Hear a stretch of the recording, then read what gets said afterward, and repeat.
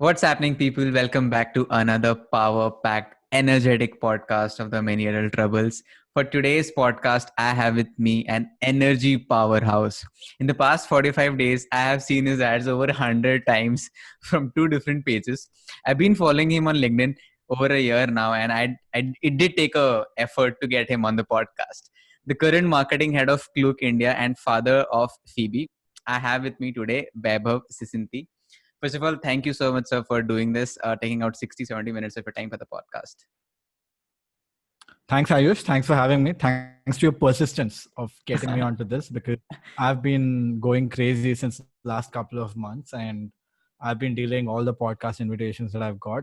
I must say this is the first one that I'm doing in the last couple of months. So kudos to you. Thank you, sir. All right. So this podcast would be it will revolve around things like productivity, marketing, and how you think, ideate, and get things done. Because I think the best point, your strength is taking action on what your ideas are. So to start with, How did the idea of LinkedIn 5-day workshop come to you, and when did you start, executing on it? Well, LinkedIn 5-day workshop. So there was this sudden lockdown that happened, which nobody was anticipating. I was supposed to be in, I think I was supposed to be in Singapore during those dates. Mm-hmm. And all of a sudden lockdown happened. And obviously when the lockdown happened, all my travel plans got cancelled. Yeah. And the next month I was supposed to be in Croatia for a weekend, for a holiday. Right. And everything got cancelled and I was sitting at home and I'm in Mumbai and I don't know anybody here. I'm very new to Mumbai. Okay. So I live alone. So I was like, I need to figure something out to do something because I can't be sitting alone during this time. Right. So that's when I thought, that's when a friend of mine suggested saying, hey man, you've been doing this LinkedIn thing for international clients for so long and it's been so successful. Why not something in India? And I kept saying, no, I don't want to do anything with the Indian audience because, the expectations is insane. And you know how the audience is, right? Bad mouthing, thing, expectations off the roof. Yeah. So I just didn't want to, I never did anything with the Indian audience for the same reason. Anything that I did before that was always free. Yeah. Right. But I only made money off the international audience because they respected the skill, they respected the art, and it made sense. But then since this was happening, I thought, let me try something out. Right. And that's when I decided, let me do something for the Indian audience. But initially I thought I'll do it for free. Right. Like I always have been doing. But that's when I realized saying, bhai, free mein karunga to it will work. A lot of people will register. But then the problem is, first of all, I never thought it will scale to an extent that it did right now. Right. I never thought I'll have 13,000 people taking this workshop. So when I started, I thought even if I get weekly 100 people, that will be like crazy. Right. That was the expectation when I started. But the idea was to do something for free, like add value, do a bunch of webinars. So I started doing a few webinars anyways. And then I thought, chalo, kuch karte hain different. And that's when I saw, saw an ad of a guy called Gopal, who I know now. And he was doing something called as a 5-day WhatsApp class.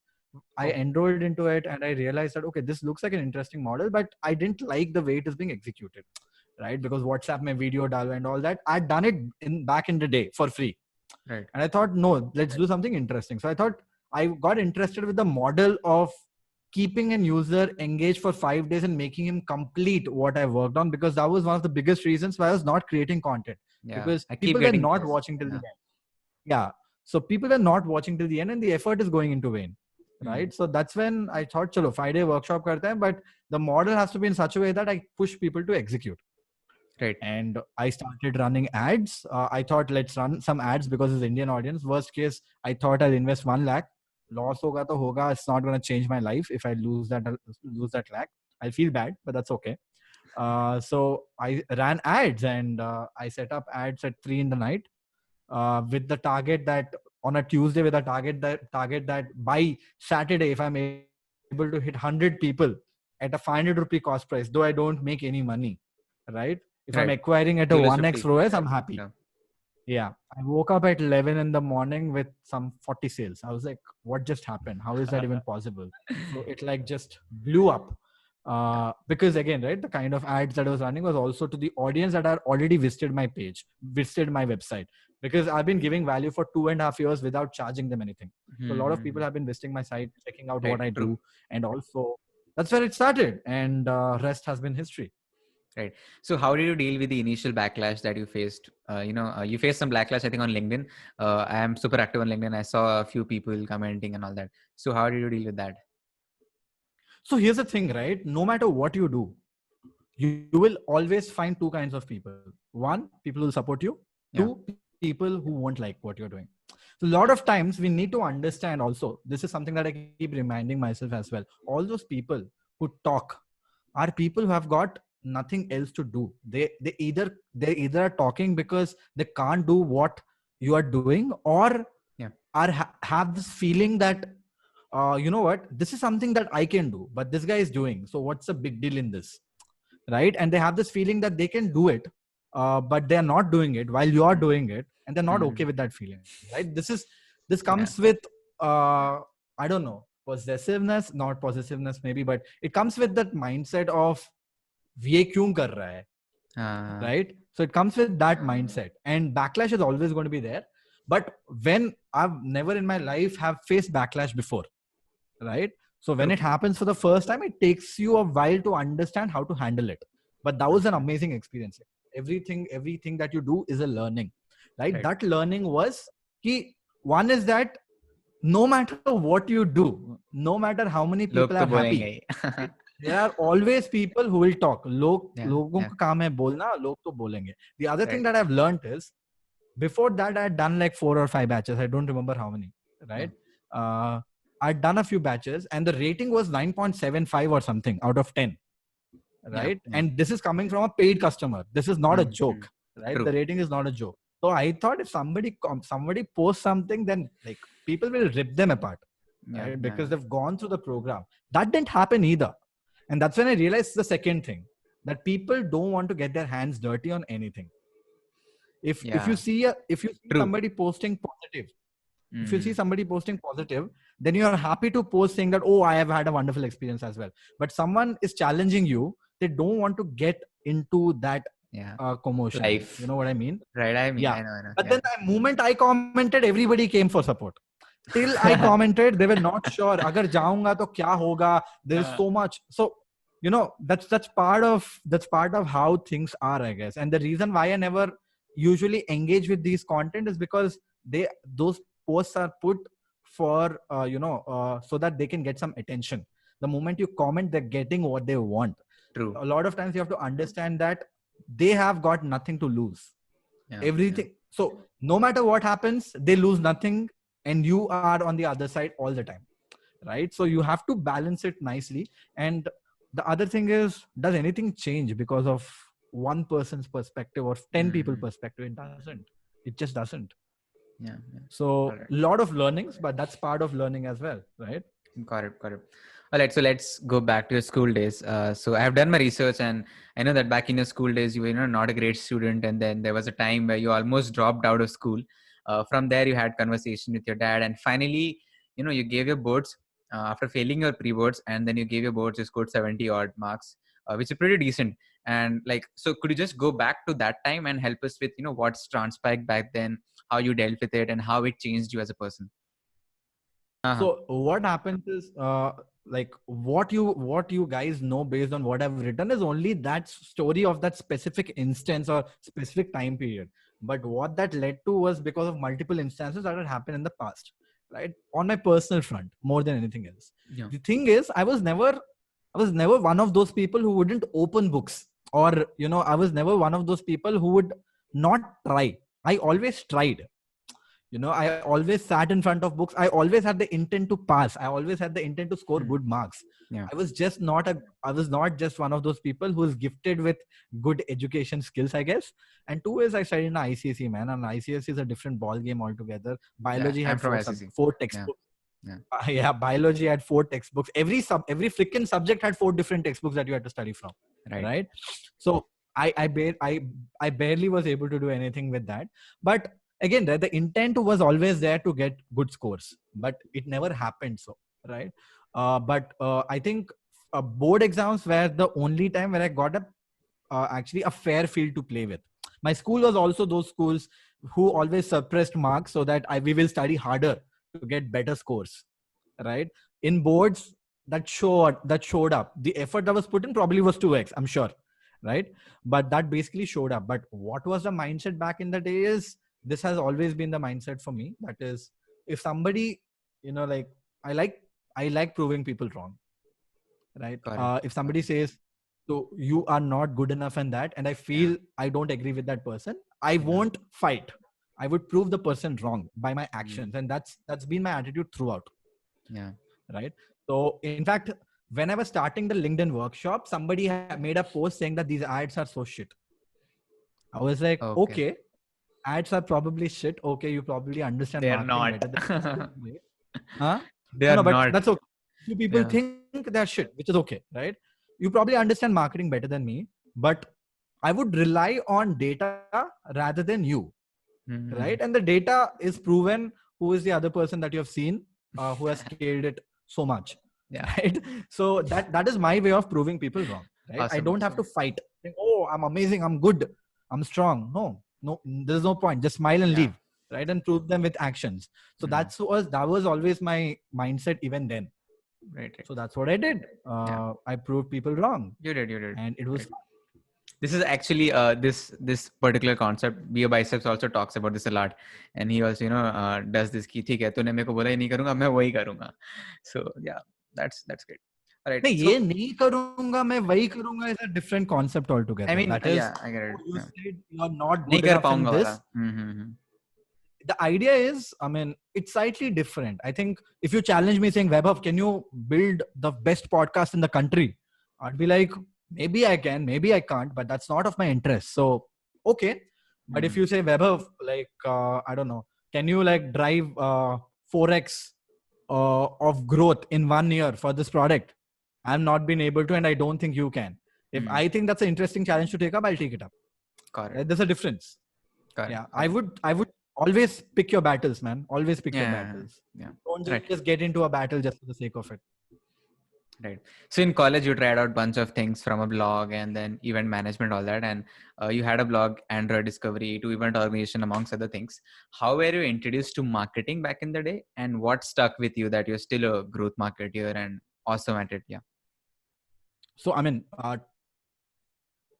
3 years before or 4 years before, I wouldn't call myself a marketer. Oh, I happened to become one. So okay. the idea was never to become a marketer, to be very frank. But probably I was a marketer throughout. I had that sales skills. I had those.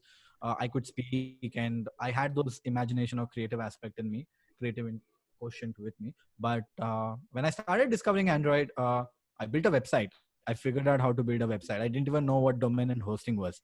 When I thought I want to make a website on this, I thought buying a website is basically buying the domain name, right? Okay. And then I call up Big Rock support, and Big Rock says, "Oh, domain is 100 rupees, correct? But you need hosting." I was like, "What is hosting now?" Like, that is where your website is stored. I Yeah. was like, "Okay, what can I store it in my computer?" All those Right. questions Yeah. came.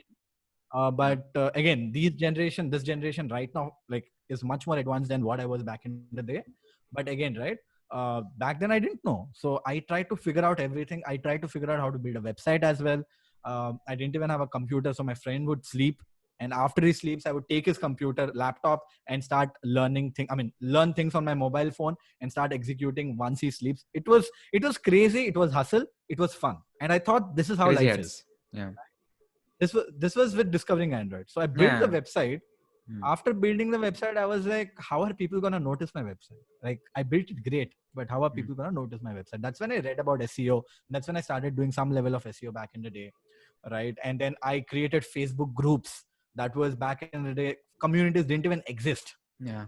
So I First created that mover. first Facebook group with like 5,000 people in it, and that was driving insane traffic onto my website. And then with traffic, this was when, like, 9 years back, Facebook groups were new, Facebook ads was new, everything was new back in the day.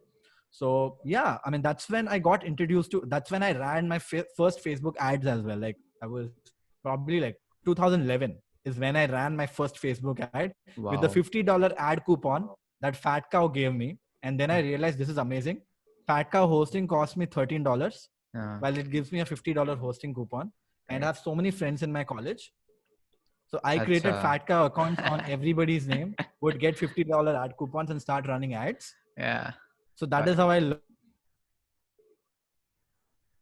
there was something called as Great Online Marketing Challenge by Google, where Google used to give, it doesn't give anymore, used to give $500 Google ads coupon for Wow. something called as Great Online Marketing Challenge. For you to be a part of that, you need to be a student. Of course, I'm a student. There are 100 other people in my college who are students.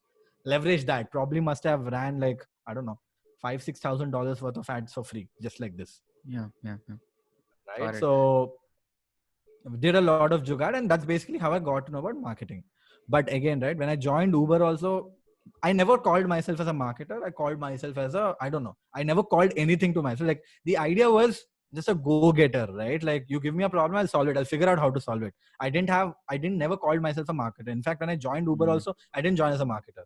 I joined as a city coordinator. City coordinator's role is to like be the CEO of that city. Start that city from ground up to an X number of trips and move on to launching new cities, right? It's like a founder's role. So that is when a lot of people said, man, you're very good at marketing than anything else. I said, okay, let me explore marketing, because agar log bol rahe hain, matlab kuch to hoga. And that's when I got deeper into marketing, and that's how I basically picked marketing as a career. Right. So at 2021, you were leading Crazy Heads, and you are working with like hundreds of clients across the world. And currently, Not I'm 21. Hundreds of clients. Yeah. In across 4 years, I worked more than 100 clients. At one point of time, there was never a time where I was working with clients. Got it. So I just turned 21, and I'm into marketing as well. I do paid marketing and all that. And I know that I don't have all the skills. I have limited skills, and that also gives me limited number of clients. So how did you tackle that skill gap? Like, what did you do that they offered? Like, you had so many clients across 4 years. So my clients were not marketing clients. I mean, if that is the assumption that you had, we used to do more of UI UX, product development, than marketing. Okay. So we did branding, we did web apps. We never did mobile apps though. We only did one mobile app which sucked, so I decided not to do. Okay. We didn't have the expertise. Not to do. But we did a ton of web apps. I did like considerable amount of work on WordPress. I mean, I've delivered WordPress projects worth $15,000. So we have done a lot of work on WordPress, and we did a lot of branding, UI, UX. I'm a design freak even now, though. I mean, a lot of guys who I taught design are right now working at senior designers at Cred and, all these startups right now. All of them were college students back in the day. Okay. Right? Like me. So that's what we did. So for us, portfolio was everything. And also the fact that referral was basically the biggest marketing channel for us. Right. When I deliver, again, the same principle has always been same. Promise X, deliver 10X. Under promise, over deliver has been something that I've been doing for years now, where the expectation is, okay, this guy is going to deliver this. And then I blow them with the output, and they're like, oh man, this is crazy. And then what does it lead to? Automatical referral, right? Automatically they start referring people, and that's what. Simple. Right. Got it. So what does the influencer Vaibhav Sisinthi wants to do now with so many followers, and you are building as a small creator? I watched the podcast with Beer Biceps and Viraj as well. So how do you plan on giving back to the community or growing as a creator now? What's next? I don't call myself as a creator, to be very frank. I don't call myself an influencer. No effing way that I'm going to call myself an influencer. Okay. So see, everything that has happened, right? The follower count that you see, everything has never been a goal or an end product.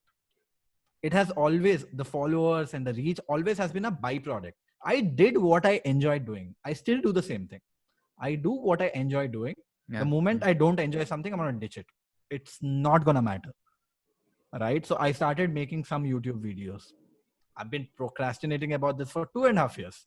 Right? I'm doing it. I'm going to do it till I'm going to enjoy it. It doesn't matter how much money I'm making, what is the kind of things that are coming from. I need to enjoy it. And that's who I am. So when you say giving back to the community, I don't understand the concept of giving back to the community. What is this direct need of giving back to the community? What has the community given to me to give it back? Right? Again, because I have always taken up this process of enjoying what I'm doing, and that's what I'm going to do.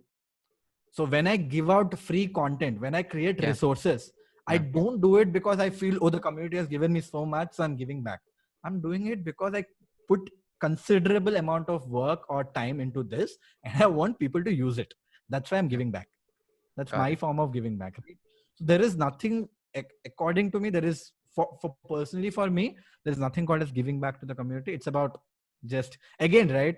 I like it when people enjoy my things. That gives me a different level of happiness. If you call that giving back to the community, maybe it is. I don't know. Right? A lot of people ask, Vaibhav, why are you putting so much effort in a 5-day workshop? Yeah. They've just paid $500. Yeah, actually. Yeah. You could just give 5 videos and people will still be happy because the content is very good. Why do you get into this Q&A sessions? Why do you spend so much time? Because I enjoy it.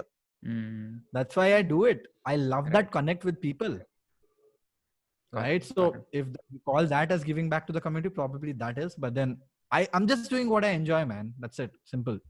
Right. So what keeps your boom engine running when when you're down and out, and how do you manage to be in the flow of productivity? So I am down more frequently than up. That a lot of people don't realize, right? Right. Okay. So the way I function as a human being is I'm chilling for 7 to 8 months in a year, and I'm probably working very hard for 4 months. Oh, okay. That's how it is for me, right? Yeah. So right now the streak has been a little longer because with the kind of traction that I'm getting, it's keeping me going. But a lot of times I put 100% of my energy in such a way that it drains the fuck out of me in 3 or 4 months. And then I get super laid back for 7, 8 months. And then again, when something hits me, I come back. Okay. Right. That's been me all throughout. Again, I have the liberty of doing that. The reason is, boss, this is not my full-time gig. I can live without doing this. I do this because it's fun. Again, the fun element comes into the picture. Yeah. Right. Yeah. So yeah, I mean, but when I'm doing something, when I'm working on something, I'm very, very passionate about it. I want to reiterate everything. I want to make things better on a daily basis. I want, it's the same thing, like trying to be a perfectionist, but start lean. So I start something, I try to make it better, better, better, better, better. But the moment I feel that, oh, this is the fucking ideal state it is right now, then I feel there is no more fun things to do, and I move on to the next one. I've left money in the table multiple number of times in my life just because of the fact that I don't enjoy it anymore, or there is nothing fun to do anymore with it. Right? So that's what keeps my clock ticking, and that's what keeps me motivated, and that's what keeps me, I don't know how to put it, but yeah, boom engine going. All right. your boom engine. So what does a day in your life look like? Well, right now, since I have left the job as well, I'm all into this. I'm trying to build something. You left Klook. Oh, that's a news. Yes, 21st September is my last day at Klook.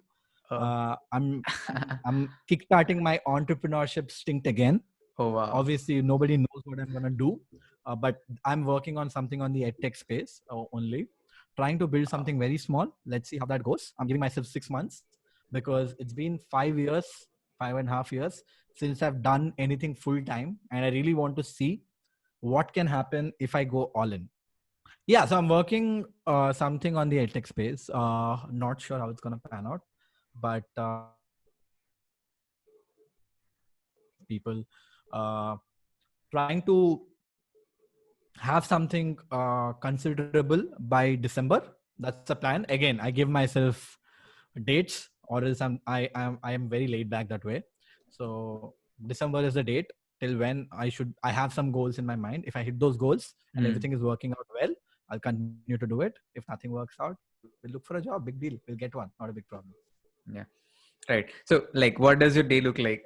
That was the original question. Oh yeah. So, what does my day look like? Right now, it's super laid back. I wake up at, I don't know, 2:30 p.m. That's when I wake up, and then once I wake up, it's next 2 hours are again laid back time where I take Phoebe for a walk, cook her lunch, feed her, and then order food for myself. I eat my lunch around 3:30 ish, and then sit on the sofa, watch some YouTube videos, and finally get to my computer around 5 p.m.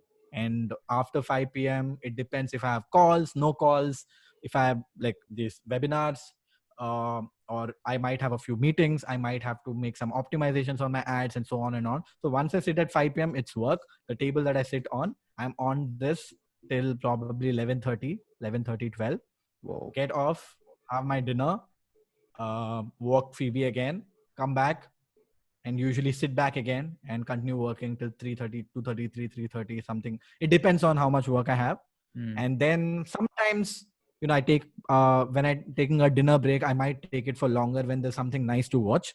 But most of the times I'm back to computer, and once I feel tired or drained out, probably hit my bed at like 3:34, end up sleeping at 6 in the morning because I'm on my phone again on my bed, and then wake up at 2 p.m. So I get my 7-8 hours of sleep these days. But when I was younger, I used to wake up at 10 a.m. every day, 9:30 a.m.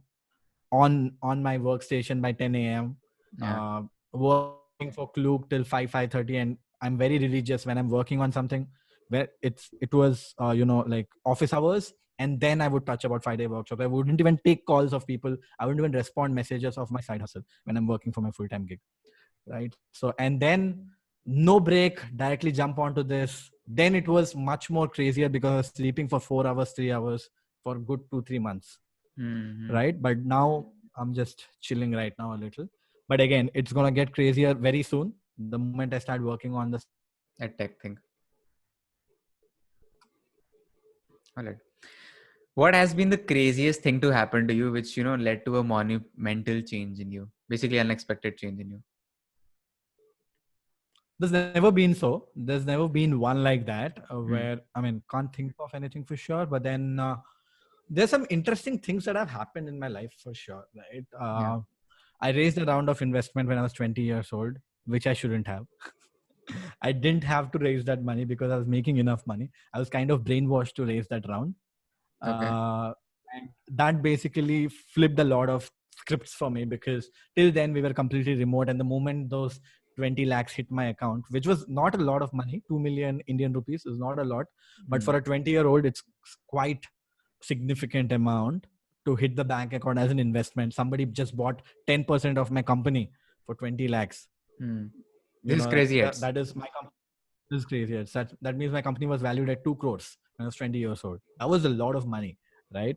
Yeah. So then me starting an office, which I call as one of my biggest mistakes of my life, right? Starting an office, trying to, when something is working well, right, you should not break it. Okay. That's the mistake that I made then, which basically toppled a lot of things. We burnt a lot of money just trying to make the office look cool and swaggy, hire employees for no freaking reason, when we were getting all the work done internationally. So we tried that. I think that was monumental in a way, because in a negative way maybe, and that's what got me into the rough path, saying, what the fuck am I doing? And then about 1 year back, I was supposed to go to Mexico for Uber.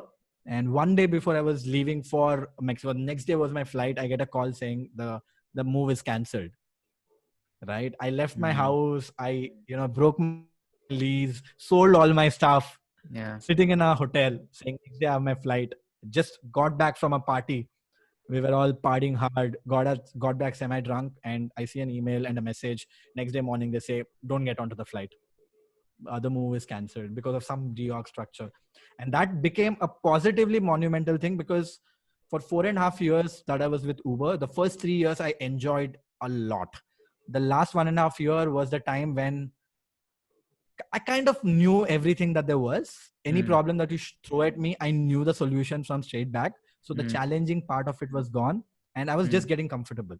Right? And that is never a good thing, at least for people who are less than 30, 31, 32 years old. You should, if you're comfortable with something, it's a red flag. Move out. Yeah. Right? Don't get Keep comfortable. growing. The moment you think that, sorry? Keep growing. Yeah. I mean, the moment you feel that, oh, I know all, like I'm comfortable here, it's all sorted, then red flag, move out. Right? And I had been thinking about it for a very long time. And this became a pivotal moment where I had to choose, do I still stick to Uber? Because I was getting roles at Uber, just that I couldn't go to Mexico. Or should I move out? And that's when I decided I should move out. And that's when Klook happened. Right? Again, the Klook was also a very interesting thing, because I had international offers. And people were like, dude, are you crazy? You're ditching roles at San Francisco. You're ditching roles at Singapore. You're ditching Wow. roles at Dubai, and you want to stay in India and move to a city that you never wanted to move. Mumbai is one city that I never wanted to move because I never liked the city. Okay. And I moved here just for that role because I thought the business is interesting. I thought I could grow this business to a $100 million business in 2 to 3 years. And that's what is exciting for me. And the start was amazing, to be very frank. Like when I joined, we were at a $13 million mark. And in 2 months, we ended that year at a $27 million mark. Wow. Right? Yeah. So again, like that's the hockey stick. And the idea was by end of this year to hit 50 million, by end of next year, by end of 2021, the idea was to hit $100 million revenue from India. Yeah. And I'm sure it would have been possible, but COVID hit and travel is fucked. So dreams shattered. Yeah. So, and I'm not one of those people who would like, like taking it laid back. Again, you'll get laid back. Last 3 months, 4 months, zyada kuch nahi hua hai. It's going to take a while for market to recover. You make that pivot again. That's all it matters. Getting comfortable, move out. Right. All right. So how do you hack your dopamine or mind into doing things you don't want to do? How do I hack dopamine or mind into what? Like into doing things you don't want to do. This I think I picked up from Tanmay Bhatt actually. So I don't do things which I don't want to do. I don't do things which I don't want to do. But maybe in job Because situations you have to, right? Sometimes you don't feel like working. Sometimes you don't like, doing stuff, but you just have to. It's your responsibility. So in that space. So in that space, it's a different or a different case altogether. Because there are days when you don't want to work, and everybody goes through those days. In fact, the team that I ran, like I had a 13-member marketing team which was handling marketing budgets of $4 to $5 million, right? And the team that I ran, we were very clear: if you are having a bad day, don't show up. It's okay. As long the concept is the concept is very basic, boss. Get your shit done. The process doesn't fucking matter. You have to deliver X, deliver that. I will totally leave it to you on how you want to deliver. You want to work in the nights? Work. You want to work from home? Work. You want to come to office at 2 p.m? Come. No problem. I will only have a problem with you if you don't deliver. And that expectations is very clear. I followed the same thing for a few months at Uber. I completely followed the same thing at Klook. Right? So, I mean, that's what I strongly prefer. But there are a lot of times, right, when you have to do things, there are times when I reply to the support emails as well. That is necessity. When there's a necessity, you have to pull your sleeves up and you have to execute. You would only do that when you have love for what you're doing. Yeah. I had love for Klook. I had love for Uber. I had love for the 5-day workshop. So I do things which I don't like doing. When my dog shits in the house, I don't like cleaning shit, but I clean it. Because I love my dog and I want my house to be clean. Right? So those things are different. But again, right? Like, do I do the same thing again and again? For example, will I sit and answer all my support question all throughout? Probably not. I hired a person the first week to handle my support, though the amount of work was not much, because that is not something that I want to waste time on. Right? True. So there is no dopamine. Either it's necessary or not necessary. You do it if it is necessary. If somebody can replace you in that fact, get somebody to replace you. Simple. Got it. What do you think keeps you ahead of the curve? Execution. Everybody procrastinates, saying, "Main ye karunga, wo karunga." Nobody executes. I choose to execute. At least, I mean, I procrastinate a lot too, by the way.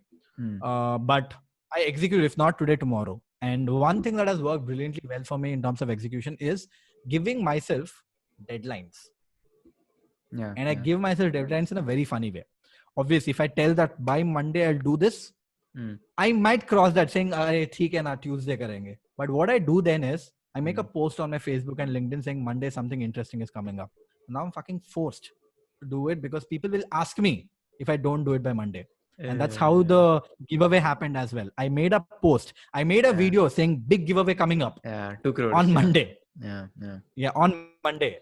And then that is when I realized, okay, now that I've announced, if I don't do it, people will come and chappal faking hai mere upar. So it makes more sense. Now I'm forcing myself to execute.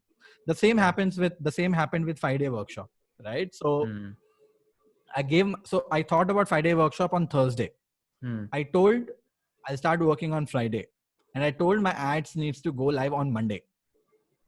and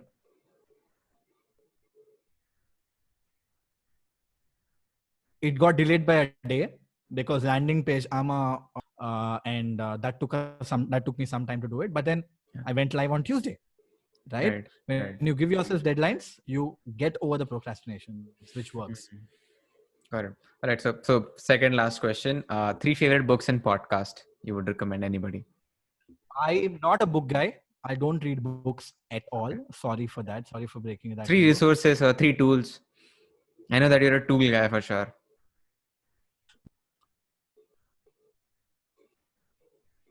Hello. Podcasts, coming to podcasts, yeah. So I'm not a book guy, like I said, but coming to podcasts, I've been very active on the podcast space. So I listen to a lot of Mixergy. I don't know if you've heard of that podcast, Mixergy. I've started to listen to Advertising is Dead by Yeah, I Varun listened to it. Dugirala. Yeah. Indian I listen to Marketing School sometimes by Neil Patel and Eric Su. Mm-hmm. I listen to Traffic Secrets, which is by Russell Brunson. Uh, what else? Yeah, man. I basically like go around these podcasts only because, again, right? I don't listen to a lot of it. I listen to it when I'm walking my dog. That's my podcast time. Oh, okay. So that's almost like 40 minutes per day. So Mm-hmm. 20 minutes per session. So I usually listen to Mixergy and Advertising is Dead. And there's so many podcasts that I've not listened to, so I could just simply scroll down and Yeah. pick up anything that I want. I don't have to wait for a new podcast. So I've been binging on these two podcasts more importantly. But Got it. if there is a one favorite podcast that I have right now, it's probably Mixergy. Mixergy is about? It's about startups, entrepreneurship, growth. It basically stories of entrepreneurs all over the world who have done it without probably are not like celebrated, but they've done some exceptional work. Okay, got it. All right. So last question is this is a question I ask everybody. Three life lessons that you would like to share. 3 life lessons. Right. I'll talk about 3 things that I strongly believe in. I don't know if not life lessons as such. Maybe it's part of life lessons, but Works. is curiosity. Yeah. One is curiosity. If you want to grow in your life, the most important thing that you need to have is curiosity. If you look at something new, you need to ask why and how. That is very, very important. If you're not asking why and how, then you're probably missing out on a lot of information. Those 2 questions have led to everything that I've learned today. Right? Okay. I can say that most of my life growth has happened because of asking these 2 questions. Right? 2, like I say, is execution. Execution is almost everything. Everybody has ideas. What sets you aside is execution. So execute as much as you can and be consistent with it. Yeah. And finally, and something that everybody should know, no matter what your age is, no matter who you are, is always be learning. If you are not learning, you will become irrelevant, if not today, tomorrow. And tomorrow will be too late. Always be learning and be open to learn from everybody. Now, if a 19-year-old comes to me and says, Vaibhav, you're doing it wrong, I'm going to give all my ears to him, saying, tell me. Right? It's very, very important to learn from everybody, younger, elder, doesn't matter. Age doesn't matter. Right? Always be learning, take feedback, and upskill yourself consistently. Keep upskilling yourself consistently. Something that I'm trying to learn right now is AI and ML. Right? How can I leverage AI? How can I leverage machine learning algorithms to make more better decisions using data in my marketing? Right? So that's what I'm currently learning. Right? Some time back, I was learning how to make Data Studio because I've always had teams who will set it up for me, but I never did it myself. Right? Usse pehle, some time back, I started to do a in-depth research about CBO because I knew how Facebook ads work, I knew everything, but you will only learn things when you experiment. So always be learning, like just don't stop the curve of learning ever. Right. And that's all it matters, because if you're learning, if you're upskilling yourself while executing consistently, that is it. You are sorted for life if you have this mindset right. All right. Thank you so much, sir, for that. I think that was the last question. Thank you so much, sir, for coming to the podcast. I know this 60 minutes were probably, I hope you enjoyed the podcast, first of all.